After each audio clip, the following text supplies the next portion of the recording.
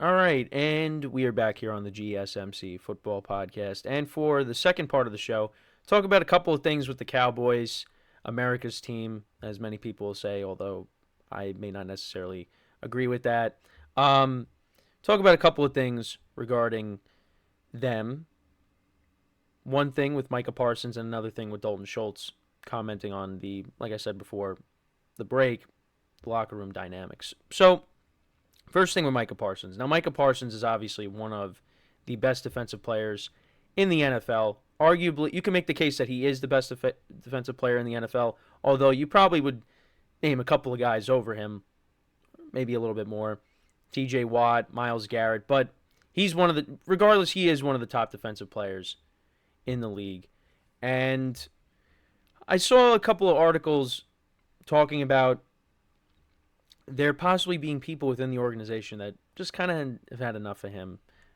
Their patience with him or whatever is wearing thin. At least that's what it says in the articles. Yeah, has worn thin on the Dallas Cowboys organization, according to, again, some reports. So, despite his accomplishments on the field, reports suggest that Parsons' behavior has strained relationships within the Cowboys organization. Now, they talk about Shan Sheriff, I hope that's how I pronounce it, of 105.3 The Fan, reported that multiple individuals within the franchise have expressed concerns about Parsons' behavior, indicating that his presence may not be universally welcomed. Now, I kind of want to look at the exact quote because I do have the article I have.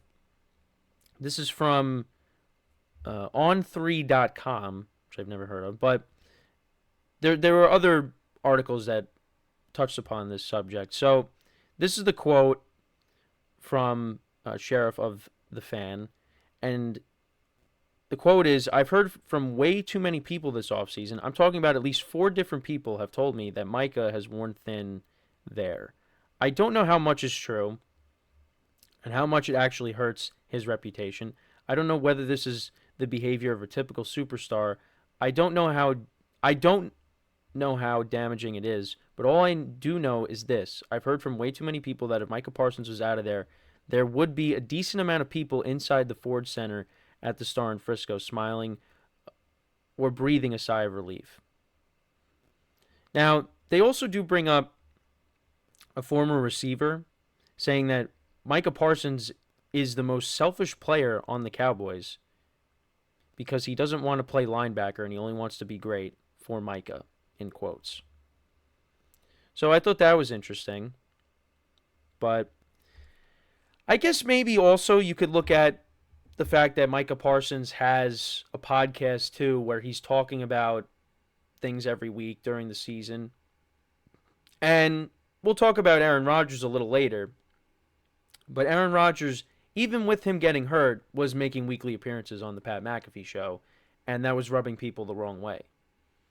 And when you have Micah Parsons with his platform every week talking about, the Cowboys and football in general, yeah, it might rub some people the wrong way. So that could create a distraction.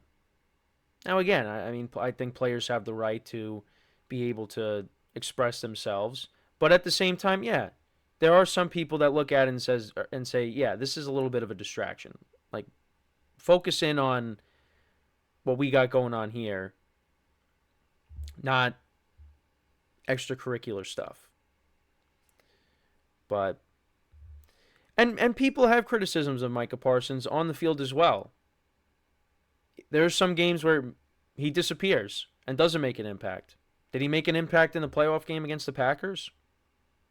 I'd have to go look back at the stats, but his individual stats. But you look at the game, and the Cowboys got blown out. Micah Parsons did not take over that game at all. Micah Parsons can take over games, but that was one game where he did not. And the defense just, leaving guys wide open. But I'm not going to define him on that one game. But yeah, there are some games where he does disappear in big moments. And I know people have criticized him for that. So, yeah, and I guess maybe just with the podcast and just, I guess, how he is. I don't know how he is in the locker room. You might have guys come out and say he's a great teammate, he's a leader, things like that. There's two sides to every story. And again, we'll talk about Aaron Rodgers a little later. But there's two sides to every story. So yeah, you're going to have some people that that are going to criticize him, and then you're going to have others that are going to say he's great. And again, there's people within the organization. Well, who within the organization has a problem with Micah Parsons where he's wearing thin on them? Who is that? Like for all we know, it could be, someone on the training staff. Like I don't know. Is it Jerry Jones? I don't think he's wearing thin on Jerry Jones. Who is it? That's why, like, you see an article like that, and you see, well, there's some people with, like, and there's articles that come out, not just with this, but with other players as well, where, some people within the organization have had enough of, player X. Who? So, I mean, I don't think it's the heavy hitters. I don't think it's Jerry Jones. I don't think it's Mike McCarthy. Is it Dak? I don't think it's Dak. Maybe it's Dak because Dak's looking to get paid and Micah Parsons could get in the way of that because Micah Parsons is going to have to get paid at some point. So, yeah, I really don't think this is that big of a deal. But I can understand if there are people within the organization that have a problem with him because, again, he has a platform. He talks about the team every week. But I don't know. But then I also want to get into the Dalton Schultz stuff quickly. So this was something that came out around the time he signed that extension with the Texans, and I was meaning to cover it. So I figured, all right, I'll talk about a couple of Cowboy things on the show here. So Dalton Schultz, so this was at the beginning of March, so this was a month ago. And this is an article on Fox Sports. So Dalton Schultz says playing for the Cowboys was like being in a zoo. So this is what he said. The focus is just football, you know what I mean? When asked what it's like, playing with the Texans. I'm going back and telling some people about being around the Cowboys practice facility and game day and describing some of the interactions and stuff that you see on a day-to-day basis. And it surprises a lot of people. They're like, holy crap, that actually happens at a practice facility? You think it's normal, and then you come to a place like Houston. So he was asked to elaborate. Schultz shared his thoughts. So this is another quote that he said in the article. There are people literally going on tours while you're lifting in the weight room, and they've got like a one-way mirror for people to look at. It's a zoo. There are people tapping on the glass trying to get people's attention as they're doing power cleans or whatnot. So so this is while they're training and you got people touring the facility. So yeah, I mean, when you got people tapping on the glass, yeah, it's kind of like being at a zoo, basically, when you have that. So, but then, even after Schultz called the Cowboys culture different, he didn't criticize his former team. That's the brand that they've built. That's what Jerry Jones likes. That's the way they run things, and there's nothing wrong with that. It's just you don't realize how many eyeballs and how much that can maybe distract from stuff just in a locker room, being in the facility until you go somewhere else. So I thought he was going to go into more detail. Well, he did go into more detail, but he didn't really full-on criticize them. But I thought it was going to be something else. But he did talk about Houston, said this is also a really well-run organization. I think that was one of the things that kind of scared me about leaving Dallas the most. I wasn't sure what another organization would kind of feel like. So I guess it's kind of just,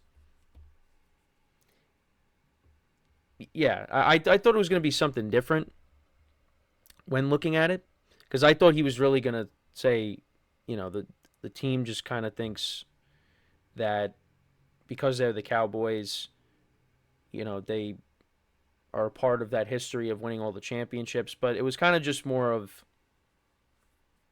the Cowboys are more than just a football team. Like you said, that's the brand. And that's why you have like you said, they're training, and all of a sudden you got all these people touring while they're working out. And it's like, what's going on? But that's the Cowboys for you. But I thought it was going to be. But yeah, this was something he said a while ago. Like I said, this was about a month ago. But yeah, it's. But the Cowboys got a lot of things they're going to have to address. We'll see how the 2024 season goes, because this could be it for Mike McCarthy. And whether or not they're going to pay Dak, that remains to be seen, because I talked about it.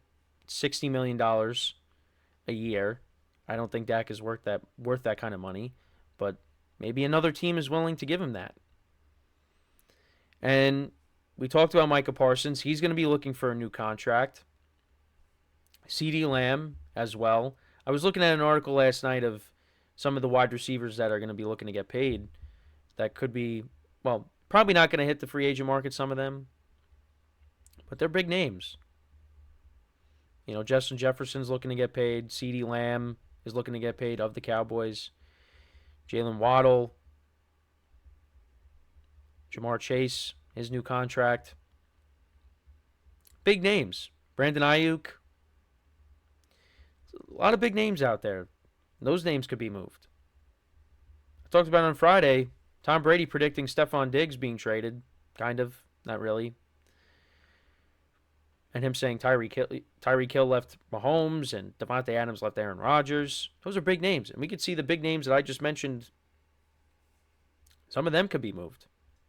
So, but Cowboys, they're three big guys. Quarterback, wide receiver, and linebacker. Those guys are going to be looking to get paid. And like I've been saying, you might not be able to keep everybody. And maybe it's the quarterback that ends up going. But we'll keep an eye on that. So, but let me know what you guys think about a couple of things we talked about. Let me know in the comments. So before we go into break, just want to remind you guys, once again, tip or donate and get your comments recognized. Make sure to go to the following link. That is GSMCPodcast.net. Again, that really helps the show, makes the show more interactive between myself, the host, and you guys, the viewers. Again, that is GSMCPodcast.net. And as always, it is displayed on the ticker on the bottom of the show segment down below. So the good thing is, at this point on Friday, the hats fell on me. And that has not happened yet. So we're doing good. We're doing good. So when we come back from our second break of the show, we will talk about a couple of running backs, Saquon Barkley and Dalvin Cook. We'll get into them, and that'll be the third part of the show. So with that being said, stick around, and we'll be right back here on the GSMC Football Podcast.